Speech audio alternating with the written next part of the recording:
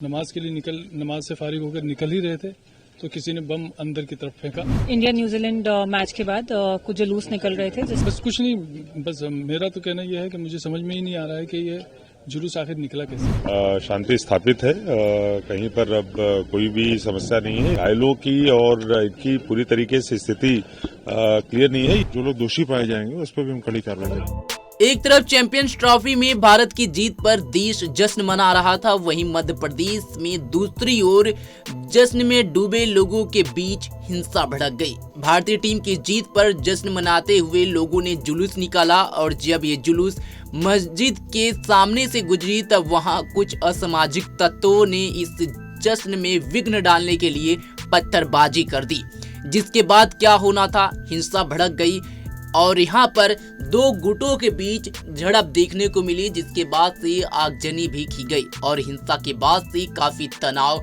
फैल गया। भारी मात्रा में पुलिस बल की तैनाती की गई और इस हिंसा के विवाद के बाद से दोनों पक्षों की तरफ से प्रतिक्रिया भी सामने आई है और साथ ही प्रशासन की प्रतिक्रिया भी सामने आई है। लेकिन जिस तरह से हिंसा भड़की उसके बाद से हिंदू पक्ष और मुस्लिम पक्ष ने क्या कुछ कहा, उसे सुने। तरावी की नमाज चल रही थी, उसी बीच में जुलूस यहाँ से शोर शराबा करते हुए निकला और जब तक हम नमाज से फारिग होते, जब तक यहाँ शायद जुलूस का आखिरी हिस्सा बचा हुआ कुछ होगा, नमाज के लिए नमाज से फारिग होकर निकल ही रहे थे तो किसी ने बम अंदर की तरफ फेंका। सुतली बम था वो और उससे पूरा धुआं उठा और पूरी सिचुएशन क्रिएट हो गई और सारे लोग पैनिक हो गए। इस तरह फिर वो बात बढ़ती चली गई। फिर क्या हुआ? बस कुछ नहीं, बस मेरा तो कहना यह है कि मुझे समझ में ही नहीं आ रहा है कि ये जुलूस आखिर निकला कैसे और दूसरी बात इस रूट से कैसे निकला। तो ये निकल सकता है जुलूस के लिए, किन लोगों ने परमिशन ली थी, क्या बिना परमिशन के निकलता? और दूसरी बात यह है कि अगर परमिशन ली थी तो कितनी गाड़ियों की, कितने लोगों की, किस तरह की सिचुएशन में परमिशन दी गई थी। पथराव की नौबत कैसे आई? किसकी तरफ से पहले पथराव हुआ? पथराव की नौबत ऐसे आई कि पहले वो जिन लोगों ने बम वगैरह जो भी फेंका था उस फेंकने की वजह से उसके साथ कुछ हाथापाई हुई। हाथापाई में मैं बाहर निकला और मैंने उस आदमी को निकालकर बाहर निकाला और इतने में वो अमित जोशी आए, उन्होंने बातचीत शुरू की। मैंने उनसे कहा कि ठीक है, थाने पर बात करते हैं, कोई बात नहीं, आराम से बात करते हैं।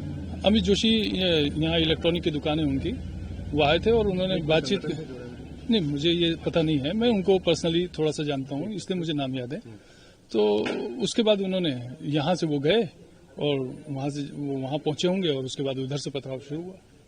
यहाँ प्रशासन के सामने हम बात कर ही रहे थे, हमारे साथ जो लोग नमाजी थे और इसके अलावा जो और लोग थे जो आसपास से आ गए हों, हो सकता है यहीं पास में रहने वाले, जब शोर शराबा सुना तो आ गए। तो हम पुलिस प्रशासन के साथ बैठकर उनको बिठाकर समझाइश देकर बात कर रहे थे, इतने में उधर से पथराव शुरू हो गया। पुलिस के सामने पथराव हुआ? हाँ, पुलिस के सामने शुरू हुआ। आप लोगों की तरफ से पथराव हुआ? वो तो फिर होना ही था, फिर क्यों नहीं होगा? शुरू ही उधर से हुआ है तो फिर पब्लिक तो पब्लिक है, जनता तो जनता होती है। कितने लोग घायल हुए? नहीं, ऐसा मेरे पास कोई डाटा नहीं है। अच्छा, अधिकारी आए थे आपके पास, आपसे बातचीत भी हुई है, किस तरीके की बातचीत हुई? हाँ, अब अधिकारियों की अभी जो बात जिस तरह हुई है वो करने की कोशिश करेंगे। अधिकारियों ने क्या कहा है आपसे, किस तरह का आश्वासन दिया है? इसी तरह का आश्वासन दिया है कि आप सहयोग भी करें और हम भी अपना फर्ज जो निभा सकते हैं वो निभाएंगे, बेहतर तरीके से करेंगे और आने वाले दिनों के अंदर सिचुएशन बताएगी कि हम कितनी जल्दी काबू में ले सकते हैं सारे हालात को। आप अपने लोगों से किस प्रकार की अपील करना चाहेंगे? हम ये कहना चाहेंगे कि अफवाहों पर ध्यान न दें, जो नुकसान हुआ है उस नुकसान के हवाले से बराबर थाने पर जाकर अगर नामजद एफआईआर का मसला है तो नामजद कराएं और अज्ञात लोगों के खिलाफ है तो अज्ञात लोगों के खिलाफ करवाएं, लेकिन जिसका जो नुकसान हुआ है वो थाने पहुंचकर पुलिस प्रशासन के सामने अपनी दुख पीड़ा को रखे। देखिए, सबसे पहले मैं क्लियर करना चाहता हूँ कि अभी वर्तमान में मऊ में पूरी तरीके से शांति स्थापित है, कहीं पर अब कोई भी समस्या नहीं है। इसीलिए आपके माध्यम से मैं सबसे अपील करता हूँ कि सब लोग संयम रखें और किसी तरीके की अफवाह पर ध्यान न दें। वर्तमान में अभी हमारा जो प्रयास है वो पूरी तरीके से शांति जो स्थापित है आगे भी जारी रहे, इस पर है। किस तरीके से ये घटना हुई, क्या उसके कारण रहे, कौन कौन से लोग जिम्मेदार हैं, वो सब चीजें अभी अगले 1-2 घंटे के बाद हम लोग निकालना चालू करेंगे और जो भी इसमें लोग शामिल होंगे उनके खिलाफ कड़ी से कड़ी कार्रवाई की जाएगी। वर्तमान में अभी शांति स्थापित हो गई है और इसी चीज पर भी हम लोग फोकस कर रहे हैं। कितने लोग घायल हैं? देखिए, अभी घायलों की और इनकी पूरी तरीके से स्थिति क्लियर नहीं है। ये जरूर है कि जो प्रारंभिक जानकारी मिली है 4 लोगों के घायल होने की आई है अस्पताल में। इसके अलावा बाकी तथ्यों की पड़ताल की जा रही है। जैसे ही सारे तथ्य हमारे सामने आएंगे वैसे ही और इसके अलावा जो FIRs होंगी उसके आधार पर कार्रवाई की जाएगी। गाड़ियां जलाई गई है, घर जलाए गए हैं, कितना नुकसान हुआ अभी तक? देखिए, 2-3 जो अभी तक हमें जानकारियां प्राप्त हुई हैं उसमें कुछ बाइक्स के दुकान के जलने के कुछ वीडियोस भी आए हैं और जो हम लोगों ने यहाँ पर घूम के देखा है वो सामने ऐसे दिखा भी है। जैसे मैंने बताया कि अभी वर्तमान में हमारा पूरा फोकस इस पे है कि तुरंत शांति स्थापित हो जाए, किसी तरीके का उपद्रव ना हो, जिसमें हम लोग अभी तक सफल हो चुके हैं।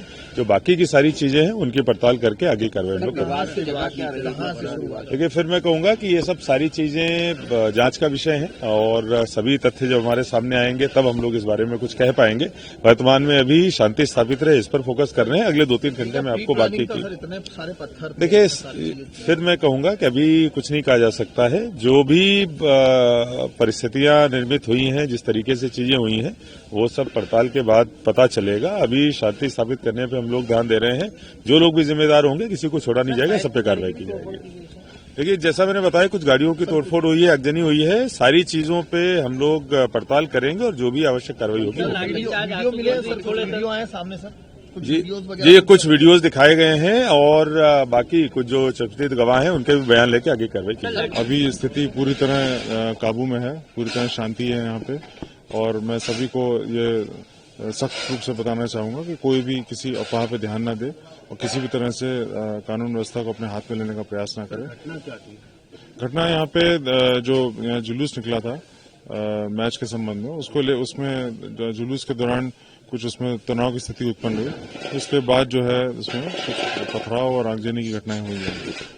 सर, कितनी गाड़ियां जली है, अब तक कितना नुकसान हुआ है? इस पूरे का अंदाजा अभी लगाया जा रहा है और जो है इसमें जो वैधानिक कार्रवाइयां हैं वो पूरी करेंगे हम अभी और उसके अनुसार जिसमें जो लोग दोषी पाए जाएंगे उस पर भी हम कड़ी कार्रवाई करेंगे। किस तरफ से हुआ था सर और कितने इलाकों में हुआ है? 4-5 स्पॉट्स हैं जो शहर के मध्य में जहां पे ये पथराव की घटना हुई है। ये पूरा असर्टन किया जा रहा है अभी और जो है पूरा यहाँ पे दोनों तरफ से पथराव हुए हैं और इसमें अभी हम लोग आगे भी सब पूरे FIR करेंगे और जितने भी लोग इसमें जिम्मेदार हैं उन पर कार्रवाई भी करेंगे। कोई लोग घायल भी हुए सर? कितने लोग हुए? कुछ लोग इसमें घायल हुए हैं जो कि कुछ उसमें रेफर भी हुए हैं, वो अभी MIS में उपचार रहते हैं। सर, बताया जा रहा है इंडिया न्यूजीलैंड मैच के बाद कुछ जुलूस निकल रहे थे जिसमें कुछ लोगों ने मस्जिद के बाहर पटाखे चलाए, जिसके बाद दोनों पक्षों में विवाद की स्थिति उत्पन्न हुई और दोनों तरफ से पथराव हुआ। पुलिस बल जो है वो पूरी तरह यहाँ पे मौजूद है और लगातार पेट्रोलिंग भी कर रहा है। अभी यहाँ पे पूरी तरह से शांति बनी हुई है। कितने लोगों को भी चिन्हित किया गया है, क्या कुछ अभी जानकारी मिली है? अभी कुछ लोगों को चिन्हित किया हुआ है और उन पे पुलिस बहुत सख्त कार्रवाई भी कर रही है। पुलिस उनको अभी रात को ही उनको पकड़ेगी भी और बाकी लोगों को भी आपके माध्यम से मैसेज भी देना चाहती है कि कोई भी किसी तरह की अफवाह में न विश्वास करे और न ही कोई तरह की अफवाह फैलाए। कितने लोग घायल हुए हैं? अभी यहाँ पे 3 लोगों के घायल होने की सूचना मिली है, जो कि क्या कहते हैं, कैसे हुई थी मैम, थोड़ा सा बताइए और कहाँ से शुरुआत हुई थी? जैसे मैंने बताया कि न्यूजीलैंड और इंडिया के मैच के विक्ट्री के बाद कुछ जुलूस निकल रहे थे, पटाखों के कारण विवाद हुआ।